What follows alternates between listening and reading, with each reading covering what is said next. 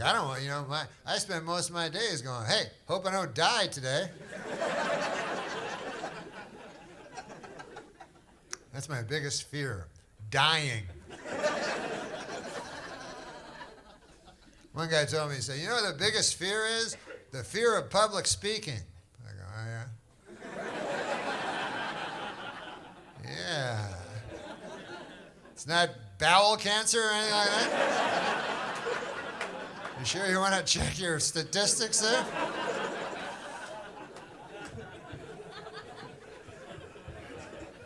That's what my Uncle Basil got now, bowel cancer. Something get you, everything's getting get you, something, It's that bad. It's funny the things you're scared of that really you shouldn't be, and then the things you should be scared of, Like I'm always afraid of a terrorist attacking and killing me, That's my big fear. But the odds of that, practically zero. Yet, the chances that you'll be attacked and killed by your own heart, it's almost 100%. And yet, everybody loves their fucking heart. You got Valentine, heart, and shit. People go, Norm, that guy's got a big heart. I go, you better fucking watch out then, motherfucker attack and kill him. I don't even want to go near him. Maybe attack and kill me. I don't know.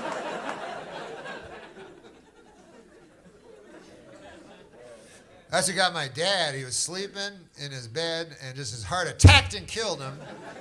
And dead on the floor, just boom, just like that. And I was the second guy to see him after my mom. And it was the worst. I love my dad more than anything. It was the worst thing I ever saw in my life. His blood, black. I thought blood was red. It was black. And, oh, my God. And then people come, with the trucks or whatever, and they come in, and they say things to you. They don't know what to say, because, it's too late. So they just try to make you feel better. One guy says to me, he says, Norm, he says, don't worry about it. He died in his sleep. He didn't feel a thing, And I was like, really? When his heart attacked and killed him?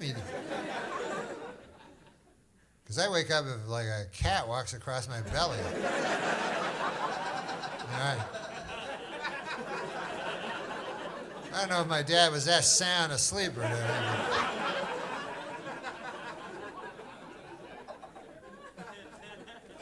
One guy said to me, he said, he's in a better place, Norm. I said, he's on a floor. Dead. Earlier, he was alive on the bed. With that Tempur-Pedic pillow I got him last Christmas. I'm not a doctor and I don't pretend to be, but that's the best place. I'm fucking sure of that. Don't be telling me that. That's the worst fucking place I ever seen my entire life, is that place right over there. And then after, when close family members die, it's just, you're so weird of a feeling goes, and you're all like sad and other things and weird, and you don't know what's happening. Then you have to have the funeral, and then for some reason, I don't know why, but you got to be like the greeter at the funeral. Like, you're the sad guy, Everybody else there is just there to look at a dead guy, That's why they show up. But you're like all sad and everything, and people come up and they have to talk to them and everything, and they say that they don't know what to say. Say the weirdest things. Guys always going, I can't believe it. They can never fucking believe it. You're in a funeral home and there's a guy lying in a box over there. Like, I can't believe it, Norm. I'm like, I still can't believe it. It's impossible for me to believe. I just talked to him last week. He wasn't dead at all. He was alive. I'm like, do you want to go look at him? The guy's like, yeah. People love looking at dead guys. Sometimes they'll even talk about how he looked. Like a guy come up to me and go, man, he looked good. I was like, my dead father? Yeah. He's a good-looking dead guy. Man, that's one of the best. Don't worry about that guy. Oh, my God. He's going to have all the dead pussy you can handle, that guy. That's one of the best dead-looking guys I ever seen in my eye. Like, okay, get out, everybody. Goodbye. You all have to go. It's just going to be me and my father for a few minutes, if that's all right with you. Characters. But I don't want to fall under that same thing, you know, I'm going to get... The only way they can save you if you have a heart attack is if they get there fast enough. The paramedics have these defibrillator things, and they will attack your heart. You know? They're like, ah, and then the heart's like, ah, I didn't know what the fuck. I was just kidding around, what?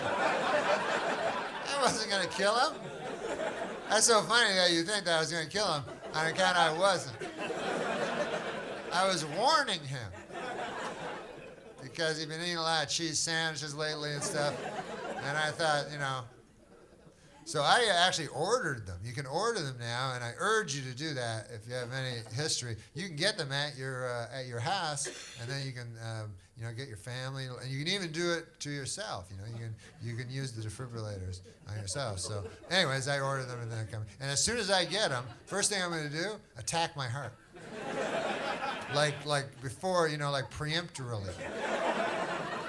I'll just be like, ah, my heart's like, what the fuck? I didn't do anything. Well, goddamn right, you're not going to fucking do anything either. On account, I'm carrying these things around with me everywhere I go.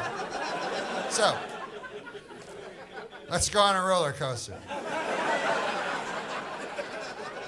Load up on deviled eggs and hit that roller. For a while, comes back. He's not famous, but a girl with a giant ass is famous. Now, when I was young, a man who went to the moon was famous. And a lady with a giant ass, you'd go, can you stand over there? Because this is...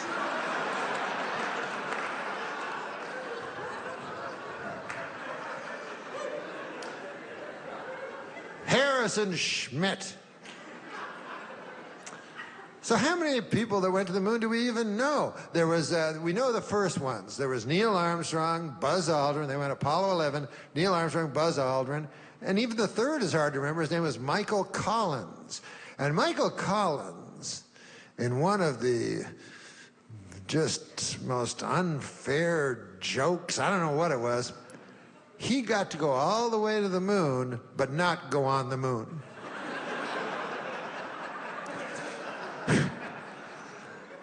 All the way to the moon, and then that little rope ladder, he wasn't allowed to go down. He had to stay in the lunar capsule while Buzz Aldrin and Neil Armstrong went on the moon. And Michael Collins just looking out the window going, are those motherfuckers golfing?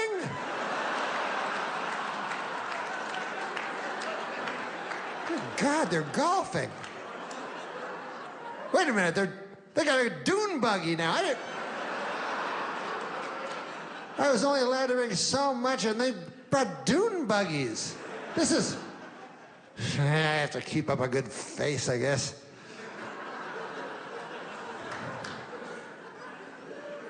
And then Buzz and Neil, I'm sure they were nice guys. They didn't want to hurt Michael Collins, you know. So they probably went back, you know, to the lunar capsule, you know, and Michael Collins was like, what do you think, guys? What was the moon like? What was it like? And they were like, ah.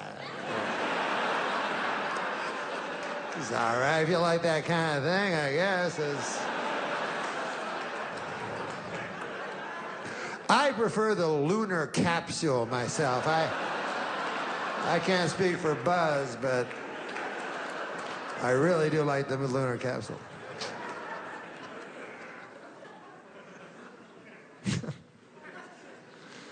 Because that's what you do. You know, most of your life is mundane. So I had to write a book, right? So it was a book about my life. So they said, you know, just write about your life. So I said, oh, thank you, yeah.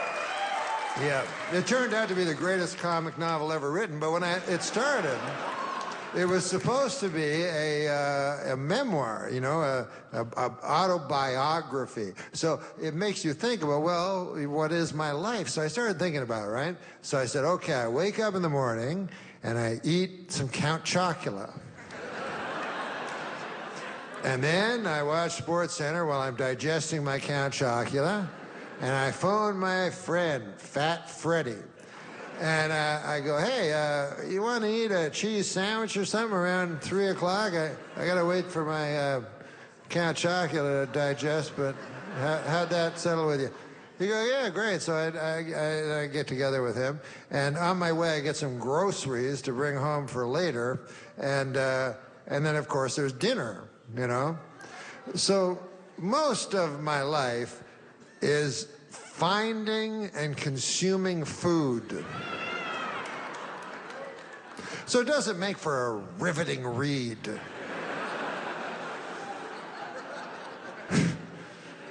It's incredibly repetitious.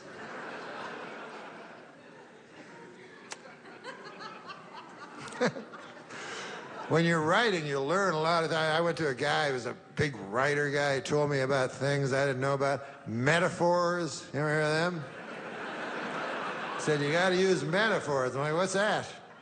He's like, that's a thing. So a metaphor is like, you can lead a horse to water, but you can't make it drink. So I'm like, what the fuck does that mean? So he's like, that means you can take a person, you know, and you can give him all the information and everything, but he still has to be the one to absorb it himself. So I was like, well, why the fuck didn't you just say that? Like, what? Why do you have to put a horse into it? Like, what? You thought I was so stupid you needed to make it into some fable? Like, what? A horse? Or sometimes the metaphor part of it is true, but then the literal part is not true. Like they'll go like, that which does not kill you makes you stronger, right? Now, metaphorically, that's true. Like maybe a woman breaks your heart, you know, or life deals you a bad hand. And then the next time you're prepared for it and it doesn't hurt you as much. But literally, it's not true at all. Literally, it's that which does not kill you makes you weaker. And will probably kill you the next time it shows up.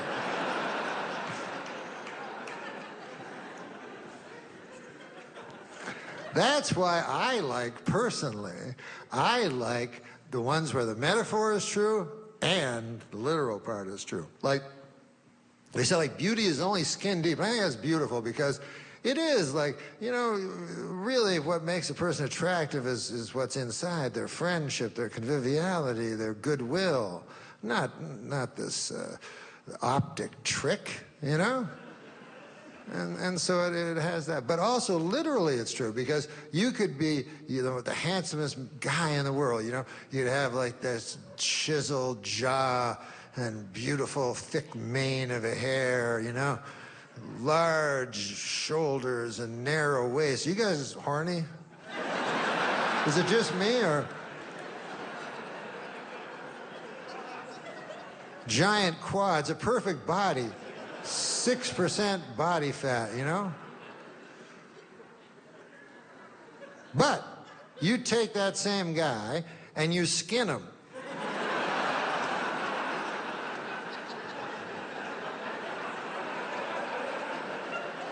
All of a sudden, he is not so easy on the eyes.